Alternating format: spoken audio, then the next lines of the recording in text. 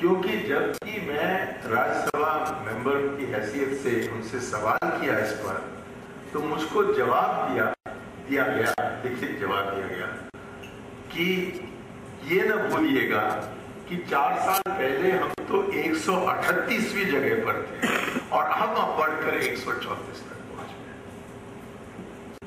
अब कुछ इसमें गड़बड़ मुझे लगता है, और गड़बड़ ये है कि पैसे तो हम उपलब्ध कर देते हैं, लेकिन हर मंत्रालय तय करता है कि कैसा वो ये पैसे उसी गरीब को पहुंचाएगा जिसके हाथ में 139 ऐसे स्कीम्स हैं भारत सरकार के, जो कि उसी के तरफ, उसी के दिशा में भेजे जा रहे हैं। 139।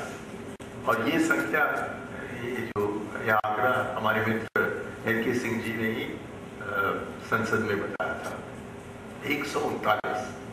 अब 139 स्कीमों का पैसा उसी व्यक्ति तक पहुंचाने के लिए 139 प्रणालियां हैं, अलग अलग।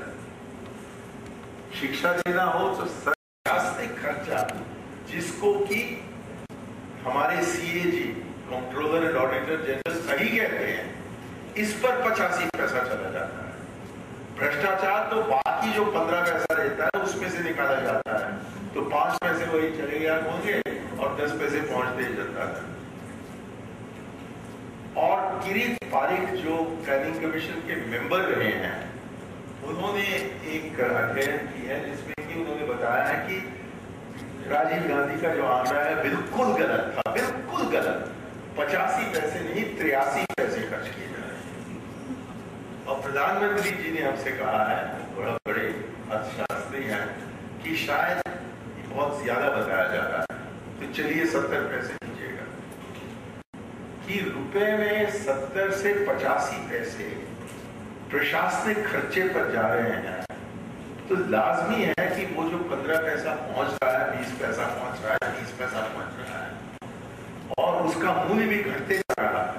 क्योंकि क्या थे दाम 1994 में और क्या है दाम आज, उसको आप देखें तो उस जमाने के 15 पैसा और आज का 15 पैसा का मुकाबला आप नहीं कर सकते, क्योंकि उस जमाने का 15 पैसा आज का 5 पैसा बनता है। तो यही कारण है, मूल कारण है, कि जहां की हम 134वें स्थान पर थे, आज इतनी मेहनत के बाद हम उसी 134वें स्थान पर अटके हुए हैं। और इसमें से निकलने के लिए एक ही तरीका है कि बजाय हम अपने नौकरशाही पर निर्भर रहने का, हम तय करें कि हम जनता पर निर्भर रहें। ये कहते हुए मुझे ये याद आ रहा है कि कोई 2 साल पहले, 2-3 साल पहले, मैंने जो एक किताब लिखा था राजीव जी के बारे में, छोटा सा किताब, उसका हिंदी तर्जुमा करके उसके विमोचन के लिए राहुल गांधी जी आए थे उस फंक्शन, और वहां उन्होंने हमें एक व्याख्या बताई कि 1989 के चुनाव में वो भी अपने पिताजी के साथ, मैं भी उनके साथ था पूरा समय, हम घूम रहे थे, प्रचार कर रहे थे, तो रात बहुत देर हो जाता था, 2-3 बजे, क्योंकि टीएन सेशन तब तक पैदा नहीं हुए थे, तो हमारा चुनाव का प्रचार रात के 2-3-4 बजे तक चलता था। तो 10 बजे को रोक देते हैं, तो 2-3 बजे तक प्रचार करके सो जाओ, फिर 6 बजे सुबह उठो आगे जाने के लिए। तो राहुल कहने लगे कि मैं मुंबई में बहुत ही थका हुआ सो रहा था कि मैंने देखा कि कोई कमरा में आ गया है, और आंखों को थोड़े खोलते हुए मैंने देखा कि पिताजी आ गए। तो मैंने उनसे कहा कि क्यों इतना तंग आप कर रहे हो? पहले आप एयरलाइंस पायलट थे, सुकून से हम जाकर आइसक्रीम खाते थे और घूमते थे, सिनेमा में जाते थे। अब आप रात को 2 बजे सोते हो, 6 बजे उठते हो, क्यों इस कष्ट को उठाना? और राजीव जी ने, मैं था नहीं वहां, ये राहुल का कहना है, राजीव जी ने जवाब दिया कि अब मैं वापस एयरलाइन पायलट नहीं बन सकता हूं, क्योंकि अब मैं भारत की जनता से वाकिफ हो गया और एक विश्वास आ गया है कि भारत की जनता पर हम अपना विश्वास रखें, तो तभी जाकर हम तरक्की पा सकते हैं। तो यही है कारण कि एनके सिंह और हम तो बीए पास करते हैं, एमए पास करते हैं, पीएचडी ले लेते हैं और बहुत बड़े जगह पर पहुंच जाते हैं। और उम्र जब हमारा 21 साल का है तब हमें बताया जाता है कि तुम्हारे जैसे तो और है कोई नहीं, और कि आश्वस्त रहो कि बढ़ते ही जाओगे जब तक कि रिटायरमेंट नहीं। तो अहंकार आ जाता है, और जब अहंकार आ जाता है और लड़का कोई 23 साल का है एसडीएम बन जाता है, लाखों लोग उसके तरफ देखकर कहते हैं कि जनाब आपको माँ, आपको बाप और आप ही के जरिए हमें कुछ मिलने वाला है। और जबकि वो लड़का 30 साल का भी नहीं है, उसको आप डिस्ट्रिक्ट मैजिस्ट्रेट बना दीजिए, लाखों का 15, 20, 30 लाख लोग तक उस पर निर्भर हैं और उसी की तरफ देखते हैं, उसी की शामत करते हैं। और ये जो अहंकार डीएम में आ जाता है, नीचे वो पटवारी तक पहुंचता है कि सब लोग समझते हैं कि हम तो पहुंचे हुए लोग हैं और ये जिनका हमें सेवा करना है ये हमसे नीचे।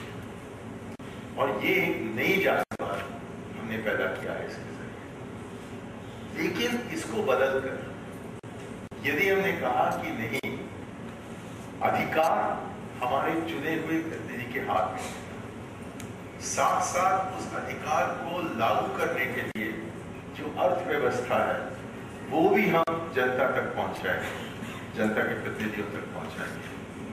और जो अधिकारीगण है वो इन चुने हुए प्रतिनिधियों के अनुशासन के अंतर्गत आ जाएंगे। तो तब जाकर देखिए कि क्या चमत्कार होता है। उस चमत्कार का एक प्रतीक हमारे सामने बैठी है।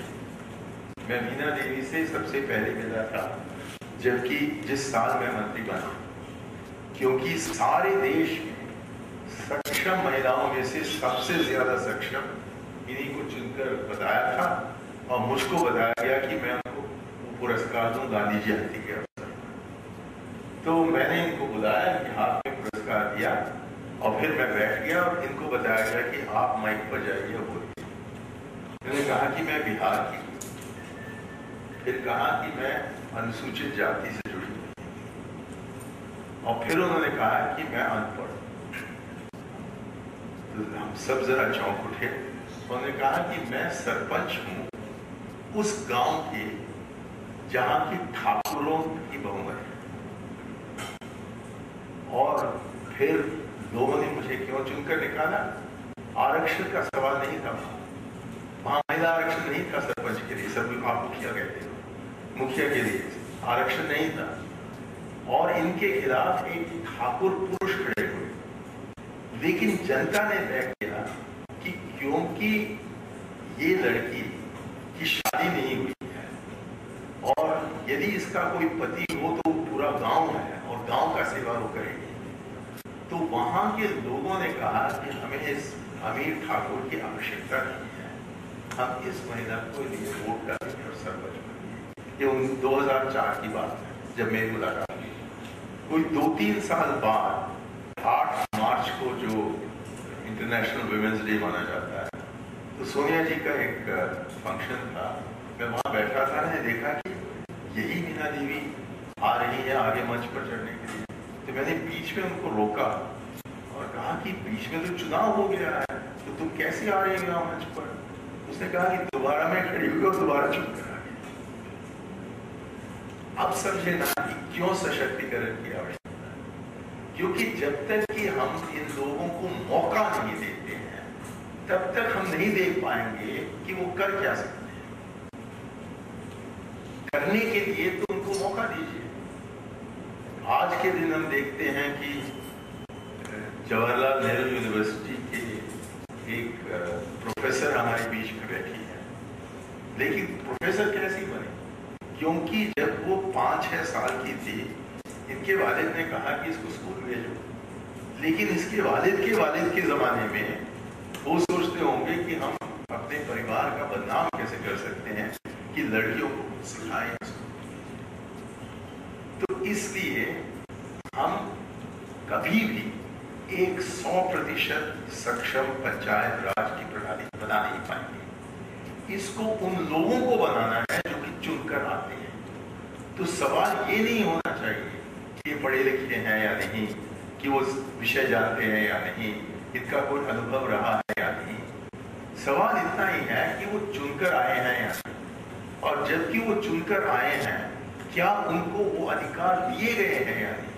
अभी बैठे बैठे मैंने एक आर्टिकल पढ़ा जिसमें कि बताया जाता है कि जो नतीजे की अपेक्षा हम रख रहे थे वैसा नहीं हो रहा है। क्यों?